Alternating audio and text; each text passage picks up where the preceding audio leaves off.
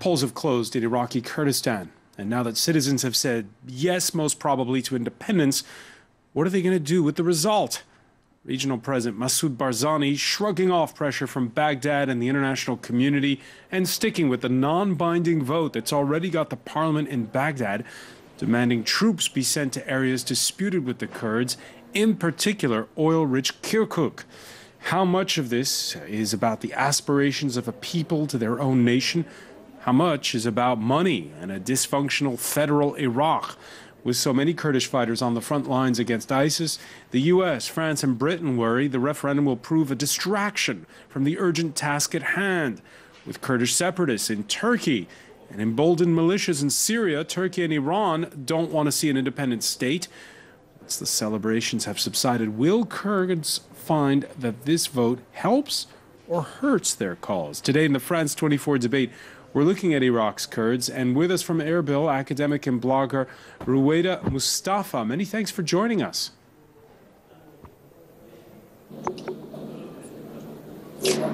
Also in the capital of Iraqi Kurdistan, commentator Hiwa Osman. Welcome to the show.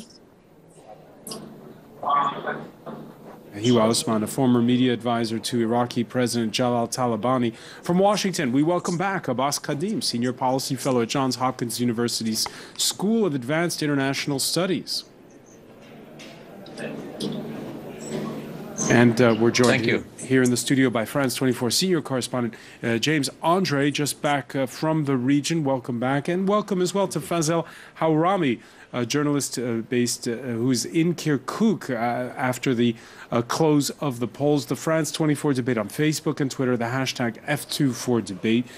There are more than 30 million Kurds around the world. They don't have their own nation, but they do share a common language and culture. France 24's Adel Gastel prepared this report, read by Olivia Salazar-Winspear. Who are the Kurdish people and why do they seek independence? In the 12th century, Seljuk Sultan Ahmad Sanjar was the first to create an official Kurdish province. Today, 30 to 40 million Kurds live in those same territories, but borders are disputed. Kurdistan stretches across parts of Turkey, Iran, Iraq and Syria. The Kurds are of Indo-European descent and live within those nations' populations. Maps of Kurdistan resurfaced in 1919 after the fall of the Ottoman Empire. The 1920 Treaty of Sèvres attempted to secure Kurdish autonomy, but that failed. 3 years later, world leaders signed the Treaty of Lausanne, which excluded Kurds. Living as a minority, Kurds have faced repression in Turkey, where Abdullah Öcalan created the PKK, or Kurdish Workers' Party, in 1978. The group's armed fight for an independent state has cost thousands of lives. Turkish intelligence arrested Öcalan abroad in 1999. The PKK has since shifted its strategy, scrapping calls for independence, instead pushing for autonomy. In Turkey, Kurds make up 20% of the population, and a watchful eye is kept on the Kurdish contingency in northern Syria, who show similarities to the PKK. In Iraq, the Kurds have already been governing their autonomous zone since the Gulf War in the 1990s. Iraqi Kurdistan, led by Masoud Barzani, is one of the country's most stable entities. Western powers now consider the Kurds a key player in the fight against Islamic State group jihadists. Let's begin with Ruwaida Mustafa. Did you go out and vote this Monday? How's your day been? I did. I voted earlier today. I even took my 3-year-old son. It was a very emotional moment for my family. I felt like for the first time in this region we can have our voices politically heard and participate in a democratic process where we can tell the world and tell Baghdad that we're not happy with our relationship with Baghdad, and more importantly, as Kurdish people, we want to have perhaps a state of our own one day, but at the moment we are really unhappy with Baghdad, and we want to have our voices heard and ensure that unless the central government in Iraq takes the Kurdish leaders seriously, that we will seek other means to statehood. Our correspondent saying she had a hard time finding people who openly would say they voted no, and she wasn't sure if it's because everyone voted yes or because some people are kind of feel intimidated about going on camera and saying that they didn't want independence. What are your thoughts on that? The voter turnout is 78%. There was a movement called the No Movement. It did attract limited attention, but overwhelming number of people have voted yes. For those who have voted no, I understand why they would vote no. It's because Baghdad has put so much pressure on the Kurdistan region. It has cut our budget. It has made life much worse. It has even impacted our public hospitals because it has reduced medical supplies. So obviously, people would be unhappy with public services, and largely because of the way Baghdad has been treating the Kurdistan region. If the treatment were better, our people would be more satisfied and more happy to participate in democratic processes. But yes, there are those who voted no. There's a general feeling that that those who vote no are not as nationalistic as those who vote yes, and I think that's why they would abstain from coming on camera. But they have every right to vote as they please, and this is the kind of Kurdistan we want. We want people to be able to vote no, to be able to vote yes. That's what our society is about, differences of views, differences of opinions, and that's what makes this region better than Iraq. It's that we are so diverse in terms of religion, in terms of political views, and I think that's part of the reason why we want to seek a sort of a division or separation eventually. The division or separation, I see you're choosing your words carefully. Hiwa Osman, your thoughts on what you've just heard in terms of, I mean, the first thing we heard from Ruwaida was that she was really unhappy with Baghdad. What are your thoughts on why this vote took place and what the Kurds will get out of it? Well, I can certainly tell you that now, today, there's almost a total breakdown of relations between Baghdad and Erbil. Up until yesterday, up until last week, let's say, there was some hope, despite repeated Kurdish attempts to say that the future is only going to be determined through dialogue. This vote is in no way about territory, it's about people. The demarcation line between Arab Iraq and Kurdistan, the new state, if that's to be decided, will be decided through other means. This referendum is in no way about territory, it's about people. But unfortunately, the Baghdad parliament came up with quite a few strong statements, starting by last week, saying that they totally reject the referendum, and that pushed the Kurdistan parliament to totally accept the referendum. In the past, there were parties with and parties against the referendum, the timing of the referendum. But the push from Baghdad over the past few days has forced almost everyone in Kurdistan to say yes. This is why your correspondent could not find any no-sayers. There was a small no movement, as Ruwaida says, but they did not get. I would doubt very much that they got anything more than probably 1 or 2%. Let me get Abbas Kadim to react to that, because you just heard from Hiwa Osman that well, the noises from Baghdad's parliament have been so strong-handed that it's, well, forced people into the yes camp.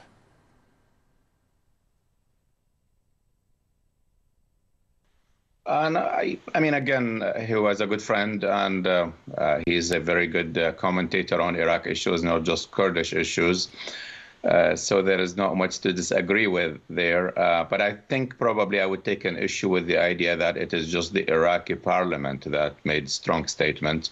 The UN, the United States of America, the European Union, individual countries of the UN, countries in the region, Turkey, Iran, Saudi, others, and the government of Baghdad, all of them said no. Pretty much everybody in the world does not recognize this referendum.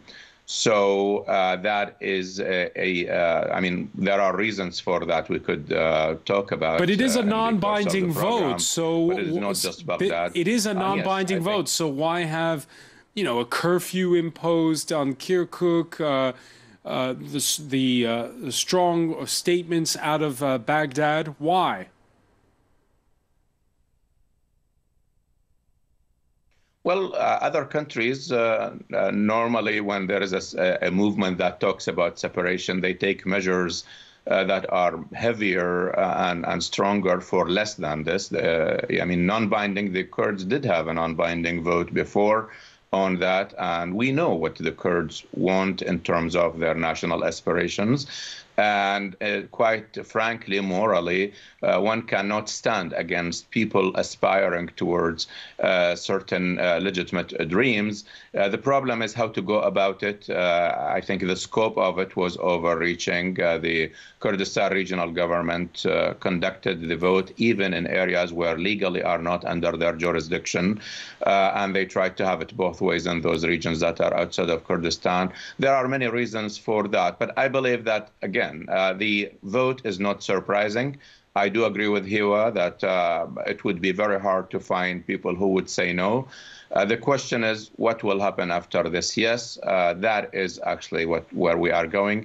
If I may say something about the what Ruwaida just mentioned earlier, I think there are many statements that seems to be not giving the rest of Iraq certain credit. I mean, yes, the Kurdistan is more stable for good reasons, the way they are running their territory, etc. But it is not true to say that the Kurds did not receive anything. The Prime Minister just mentioned that they had been exporting towards 1/4 of total Iraqi production of oil, yet salaries are not paid. All of that money, where did it go? Also, Kurdistan received to the bulk of $130 to $150 billion from Iraq after 2003. It is not really, as they say, they are not getting anything. And that's not to mention the fact that Iraq does have a good Kurdish representation in Baghdad. People, including family relatives of people on this program. And, you know, we know that Hiwa himself does have a very respectable position in the Iraqi government or in the Iraqi state. Ruwaida Mustafa, briefly, because I want to pick up on some of these points. You know, let me just bring in Ruwaida very briefly. Go ahead. The electricity will come back in 1 minute. Abbas mentioned, there we go. Abbas mentioned that the Kurdistan region received money from Baghdad, and he's talking about the corruption. Well, I would like to ask a question back to him. The Kurdistan region's share of the budget, around 12%, was received. What did Baghdad do with the rest of the 88%? If you look at the rest of Iraq and Kurdistan region, you would literally be looking at two worlds apart in terms of public services, in terms of infrastructure, in terms of development and innovation. What has Iraq done with that 88%? You talk as though Iraqi officials are not corrupt, but they are corrupt. They are not doing anything for their people. They're very sectarian. You don't have any legitimacy to say that the Kurdistan region has somehow had millions of dollars wasted away when you yourself come from a region that has wasted 88% of its budget time and time again, and a region that has failed to deal with its sectarianism. Part of the reason Kurds want to move away from Iraq is because there's no solution to the problems they face. It's Sunni against Shia year after year. You have a sectarian society that we don't want to be part of. And I think it's unfair for anyone to criticize Kurdistan region if they're not going to criticize their own areas as well. All right, but before we let me just break in here because we're running a little bit short on time. Before we respond to that, let me bring in James Andre just to once again in a minute, please.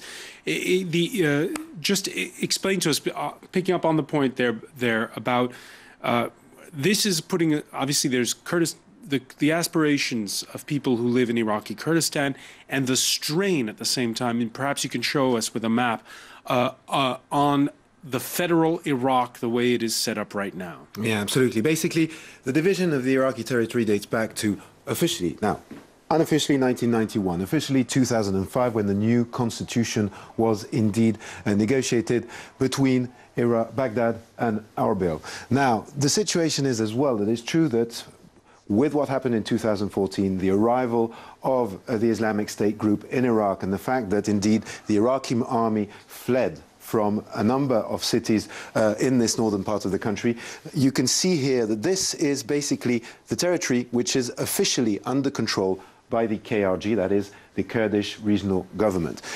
All this blue and pink part here is the territory that has been gained since 2014. Because indeed, for example, if you take the case of Kirkuk, which is one of the thorniest issues, Kirkuk is basically a multicultural city. Just put the things into perspective very quickly. Back in the 90s, Saddam Hussein had an Arabization policy in parts of Iraq. Kirkuk was part of that Arabizing policy. So he did make sure that Arabs were moving into the area, also attaching Arab parts of this area to the Kirkuk district in order to make sure that they had a majority there. And you were last week in Hawija, where there's the offensive going on against ISIS, and that area is the stripy bit that's claimed by the Kurdish government. Now, Hawija is, a majority Arab city. This is why it's also under control of IS right now, the Islamic State group. Now, the thing is, you have fighting which is now ongoing in this part, close to Hawija. But right here, between Hawija and Kirkuk, what you have, and we filmed this, okay, is a defense line, which is right now under controlled by the Peshmerga. To give you an idea, normally we flew into Erbil. You don't need a visa, for example, as a French person to fly into Erbil. But you do need normally an Iraqi visa to go to Kirkuk. This was before 2014. Right now, the control over Kirkuk by the Peshmerga is so complete that you do not need a visa anymore. If you have the authorizations to get through the checkpoints of the Iraqi army, you can go to Kirkuk. That is no problem right now. That gives you an idea of how much the control over this disputed area is by the Peshmerga. So indeed, there have been territorial gains. This is probably a reason why this is taking place right now. So let me bring in Hiwa Osman briefly on this. Hiwa, after ISIS has been chased from Iraq, the way it's looking, that's going to happen sooner rather than later. What will the map of Iraqi Kurdistan look like? Will it be different from the one that's officially laid out? Well, the demarcation line between Iraqi Kurdistan and Arab Iraq should really be decided through talks with Baghdad, through negotiations with Baghdad. Now, unfortunately, we've been hearing since the morning from Baghdad that they will not negotiate after the referendum.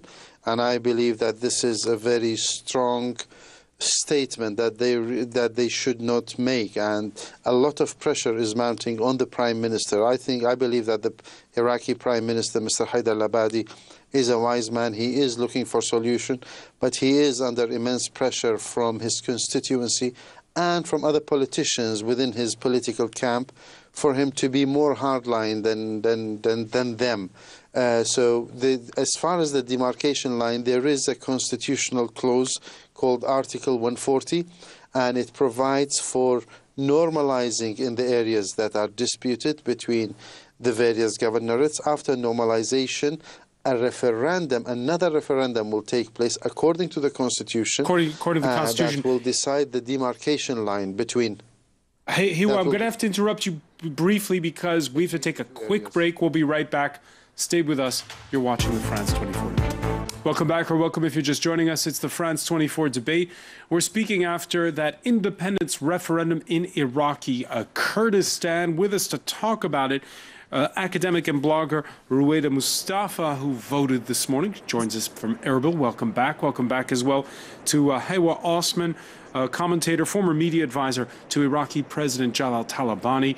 Joining us from Washington, D.C., he is Senior Policy Fellow at Johns Hopkins University's School of Advanced International Studies. Abbas Khadim, welcome back, and welcome back as well to France 24's James Andre. Doubly welcome back since you're just back from the field.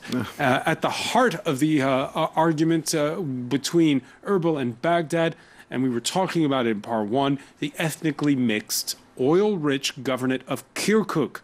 Hence, this demand by Iraq parliament that troops be sent to areas disputed with the Kurds. Before the vote, France 24 correspondent Simona Fulton filed this report from Kirkuk. In the disputed city of Kirkuk, hoisting the Kurdish flag is a controversial matter. Both Baghdad and Erbil lay claim to this oil-rich province. The central government sees Kurdistan's decision to include Kirkuk in the September 25th independence referendum as an effort to annex the area. In the city's main market, many people worry about an uncertain future. The people of Kirkuk are afraid because of this referendum. They don't want to go through the same instability like in Mosul, Tikrit or Anbar. The Arab and Turkmen communities oppose the Kurds' drive to hold the referendum in Kirkuk. They fear that their own interests could be overlooked. The Turkmen and the Arabs don't want for Kirkuk to become part of Kurdistan. Without the agreement between the Turkmen, the Arabs and the Christians, no project can succeed in the city. This Kurdish member of the local council assures the Arabs and the Turkmen that their rights will be respected in an independent Kurdistan and that Kurdish forces will protect them in case of an armed confrontation with Shia militia called the Hashd al-Shabi. We oppose Saddam Hussein. We oppose the most savage organization, the Islamic State group. If Hashd al-Shabi want to attack the Kurds and the city of Kirkuk, we are ready to defend ourselves. But some members of Kirkuk's youth reject the use of force. Murad, a Turkmen musician, bets on the city's long history of diversity instead. Every day I speak 3 languages. When I meet a Kurd, I speak Kurdish. When I meet an Arab, I speak Arabic. I've known my friends for 20 years, and we never gave much thought to the fact that we are from different ethnic groups. Despite such show of unity, politicians in Baghdad and Erbil have thus far failed to negotiate a solution. Should tensions spill into violence, the contested province of Kirkuk is likely to be the epicenter of a new civil war. Hiwa Osman, we saw that musician in that report. How do you overcome the sectarian mindset, not just in Kirkuk, but, well, everywhere in Iraq? Well, in Kirkuk, historically, the dispute over the territory has been between the Kurds and the Sunni Arabs, who are the original inhabitants of these areas. The former Iraqi regime, Saddam Hussein's regime, brought in Shiite from the south to these areas, and some part of the normalization process has taken place by those who were brought in to be taken back, but some are staying. The problem with Kirkuk today, there is the third element of Al-Hashd al-Shabi, the popular mobilization force that exists there, and Mr. Qasem Soleimani, the Iranian general, who is on the Iraqi and Syrian ground most of the time, has said in many occasions that he will not stop the Hashd al-Shabi from entering Kirkuk should a declaration of some sort happens by the Kurds. So that means it can become a very difficult, complicated issue.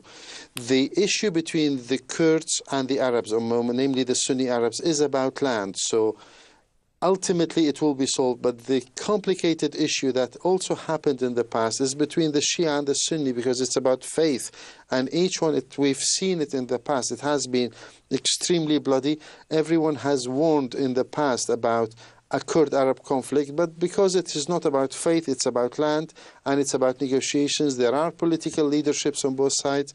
It can be negotiated, but when you have conflicts based on faith and based on religious values, this is where it becomes very complicated, and it could last for much longer than anticipated. So the complexity of the Kirkuk issue has a special status, but that does not really prevent from conducting the did not really prevent. Today we've seen Kirkuk. The voting has ended now.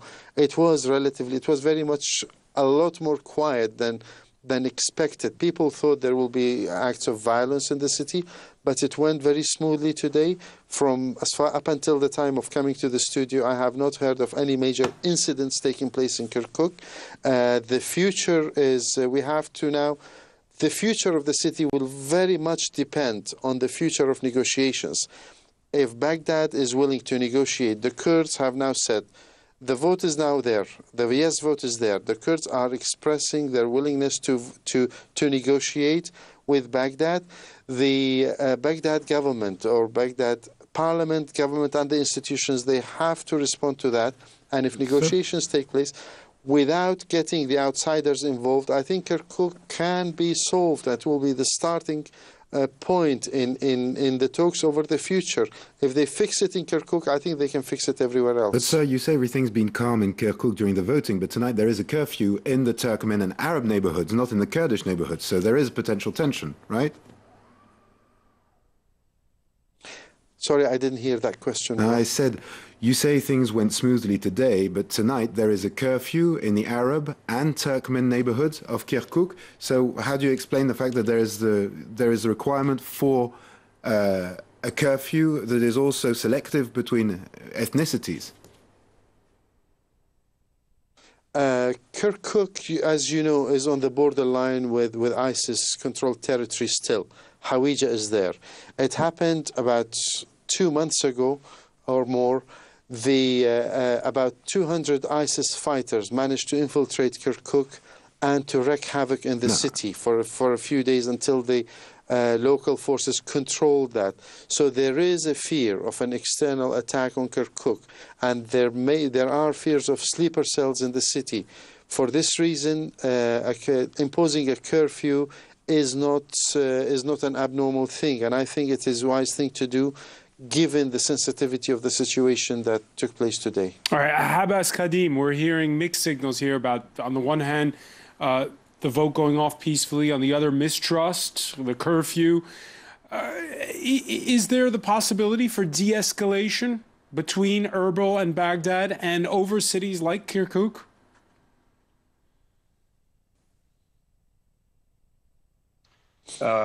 Good question. Let me first respond to what Ruwaida just mentioned earlier, because it was directed at me. I was basically making fact checks or facts check for what she was doing or saying, and what she said were not facts. That's why I am not trying to defend the Iraqi government. Had she read my last article and all my previous work, I'm a major critic of Baghdad's government.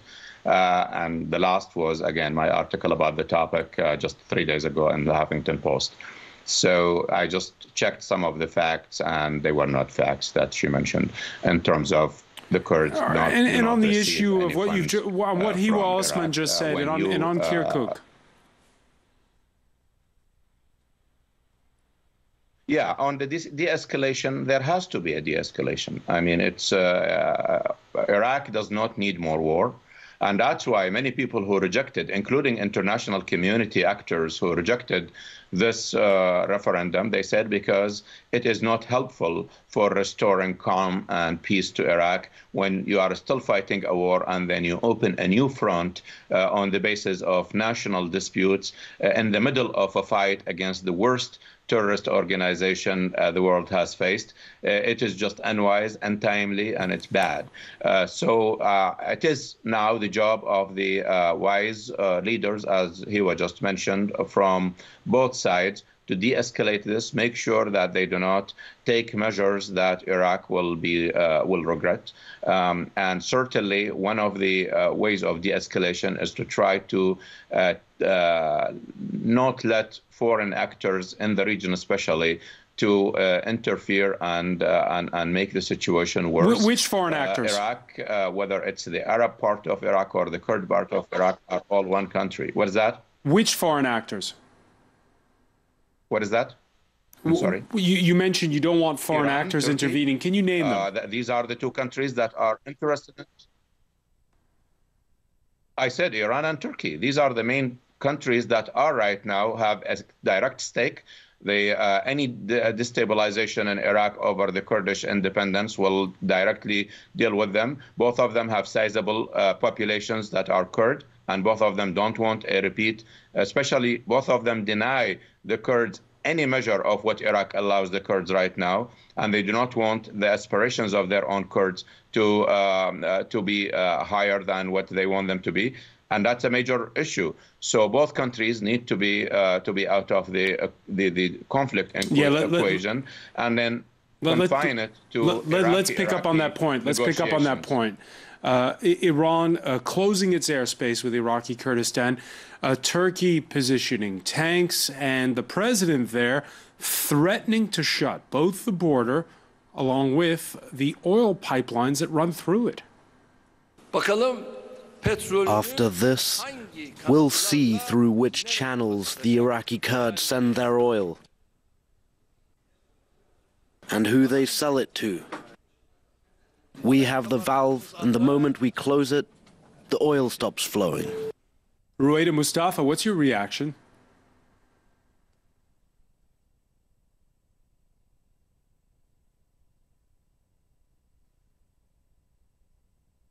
All right, we seem to have a lot. We seem to still have issues there connecting. James Entre, Turkey has had normal commercial ties with Iraqi Kurdistan. Very much so. I mean, when President Erdogan threatens to shut the border and to shut the oil pipelines, how serious is he? Well, he's potentially very serious. The fact of the matter is, Turkey is the first commercial partner of Iraqi Kurdistan. Iraqi Kurdistan is the fourth commercial partner of Turkey. Now, the fact of the matter is the Turkish economy obviously is a lot bigger, and also Turkey is not landlocked. What's really a threat right now for Iraqi Kurdistan is the fact that it is completely landlocked. Now, Iran has already closed its border, and it's not letting planes fly into Erbil. Iraq itself is actually threatening Erbil with the fact of closing their airspace, which technically they can do. They can potentially, if they so wish, ban planes from landing at Erbil International Airport. Turkey is threatening on closing their borders, and obviously to the south it's easy for Iraq to stop any transport. Now, the fact of the matter is, in that case, you would have a besieged country with basically landlocked and with no possibilities of exchange with anybody apart maybe through the Syrian border, but that only takes you to Rojava, which is the Kurdish part there. So it would become a very, very thorny situation for the Iraqi Kurdistan if that were to happen. Hiwa Osman, how seriously do you take that threat to close the oil pipelines that run to Turkey by President Erdogan? Well, I think he has to say this again. He says that we have to wait and see, especially that all the talks that the oil trading is not very transparent, and he himself and his family have allegedly make some profit from that. They take a cut from that pipeline. So again, I'm not very sure how serious is that. We'll have to see if they seriously do it or not, because he did not say that they will cut it. He says, if we cut it, what will happen? Where would they sell it? So again, we have to see, because the other thing with Turkey that I think the Turkish leadership or President Erdogan is aware that if he imposes severe sanctions or penalty sanctions on Iraqi Kurdistan, he will end up with another wave of refugees on his plate that will go, because people from here, if situation deteriorates here, they are not going to flee to Iran. They definitely are not going to flee down south to Baghdad. They will make their way to Turkey, Europe. So he will end up with probably another 1 million Iraqi Kurds who are politicized and who will see him as one of the causes of causing this misery. So again, I think he has to say whatever he's saying, but we have to wait for his actions. Ruwaida Mustafa, do you agree that Erdogan's bark may be worse than his bite on this one? Question.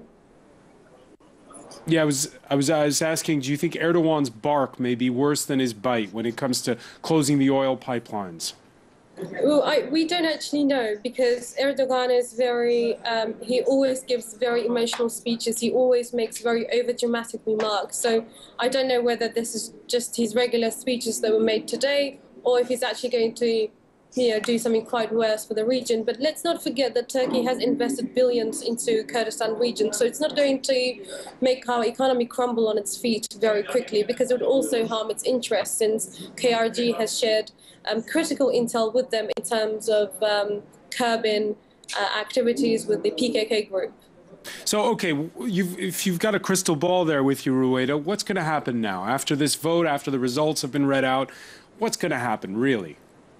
I personally think that it's unlikely that Turkey would close all borders and shut down any access to Kurdistan region. I also think any military intervention is very, very unlikely, simply because the Peshmerga troops have been at the forefront of fighting ISIS, and more importantly because it's just unforeseeable or unexpected that having a referendum to make our political will known will lead to a military intervention. It's not a crime to have a referendum. Even the Iraqi constitution allows regions to have referendums for themselves, not to separate, but to make their political wills known. So I hope what will happen is that KRG and Baghdad can have negotiations and come to terms whereby both Kurdistan region and Baghdad are better off, whether as neighbors or as strategic allies, we don't know. But I truly hope that this doesn't spiral into violence, but instead leads to more understanding, simply because the Kurdish people, especially the youth, are fed up with Baghdad. The majority don't speak Arabic. The majority don't have any shared values with our neighboring Arabs. So what we want is democracy. What we want is a better region or country for ourselves. And Baghdad is not letting us make that happen. Hiwa Osman, is there a way for there to be a reconciliation? You're a former advisor, not to the president of Iraqi Kurdistan, but to the president of the nation of Iraq. Can Iraq, as it exists now, will it still exist in 5 years, for instance? I think it can exist. We are at a situation whereby the people of Iraqi Kurdistan have given their say, have said what they want for the future. The Iraqi government, the Iraqi political elite on the other side, they have to heed these warnings. I think today's referendum was an alarm bell for everybody else in Iraq. They need to see that the way they have managed, governed, administered Iraq hasn't worked. So they have to look at an alternative way. And the international partners who have tried to stop the referendum and failed, today they are under another duty, namely Iran, Turkey and America. They need to keep peace in Iraq. They need to pressure all sides to go into dialogue and to go peacefully into the next phase, whether it is 2 states, 1 state, federal, confederal, change of constitution, whatever the end result is, it has to be negotiated between Erbil and Baghdad. And I think that's the only option. Otherwise, we have a very difficult situation. There are about 1 million Arabs, civilians, IDPs, internally displaced people, in Iraqi Kurdistan, and there are about 1 million Kurds indigenous to the areas that are under Baghdad's control or in Baghdad. So retaliation acts can be a very risky thing to happen, and both leadership are under the duty to normalize, to calm, to appease, and to go through that, to look at dialogue as the only mean of settling the current dispute. The international community, Iraq's friends, France, America, Britain, Turkey, and the Gulf states and Iran are really under the duty not to fuel the disputes further and work with both sides to make them reach a peaceful settlement of their disputes. Just very briefly, because we're almost out of time, James Andre, we heard last week the French foreign minister talk about inopportune having this referendum now. You just heard Hiwa Osman saying how the international community can play a role now in bringing all sides to reason. How much clout does the outside world have when it comes to Iraq right now? Well, that's very unclear. The fact of the matter is, what we did see, and this is a big question mark, honestly, for me, I've been following all this over the past few days over there. Yes, Massoud Barzani gave himself a bargaining chip by organizing this referendum, and basically his offer on the table was, if you make me an offer that's interesting enough, then I will cancel. Now the referendum has taken place. What's the next step? What's the bargaining chip? What is he going to be able to use to leverage the international community, who made it very clear they were anti-referendum, and to leverage Baghdad, because Baghdad has still not given the Kurds what they want, and how is that going to change from now on? That is a big question mark. Right, so the outgoing president, who may have played his joker card too soon, James Andre, many thanks. We'll see. Ruwaida Mustafa, Hiwa Osman, many thanks for joining us from Erbil. I want to thank Abbas Khadim for joining us from Washington. Stay with us. Media Watch is next.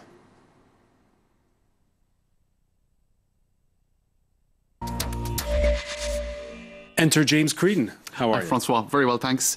So just to look at how this has been playing out on social networks, a lot of tweeting by Kurds in English, this is, of course, a lot of it is an effort to market the idea of Kurdish independence. So you've got Masoud Barzani, one of many who has been tweeting today in English with the hashtag Kurdistan referendum. Proud to cast my vote earlier this morning and partake in this historic day, the day of Kurdistan referendum. This is the head of the KRG, Department of Information Technology. So one could imagine that he also has a certain message to get out if he's tweeting in English. Traffic police helping handicapped and elderly people who insist to participate in the Kurdistan referendum. So there's a real effort here on the behalf of the KRG party to show that this is the will of the people, that even people who are handicapped or whatever, they want to get out there and they want to have their voice counted. Reporters also in the region, such as Nafisa Konavard of the BBC, amongst others, tweeting today saying, an unusual day at Erbil checkpoint, security guy offers us chocolate. So clearly somewhat Did festive. they offer you chocolate, James? No, they did not. All right. wrong day, perhaps. Here you have others showing the actual moment of casting the vote in that referendum. Words cannot describe my emotions after voting in Kurdistan's referendum on independence. This, again, is somebody, the Deputy Prime Minister of Kurdistan. So all of those tweets in English regarding the Kurdish referendum are often people in high positions within the Kurdish power structures. Here you have Kurds in Austria gathering in front of the parliament in support of the Kurdistan vote. So there were expressions of support outside of Kurdistan, and I suppose most with the most tension in Iraq or in Turkey, where there are, of course, big Kurdish communities and where it's a very political question. Kurds in Iran are on the street to support Kurdistan referendum, and that is an image of what it describes. Now, just a quick look as well at some analysis pieces. We won't have time to go into the details of it, but just the kind of the headlines, the broad sweeps. The big question is what's next. You've been talking about it this evening, and it is, of course, very open-ended. It'll depend a lot on Baghdad. It'll depend on Turkey, what they're going to do with oil policy, whether or not they're going to really make the Kurds suffer.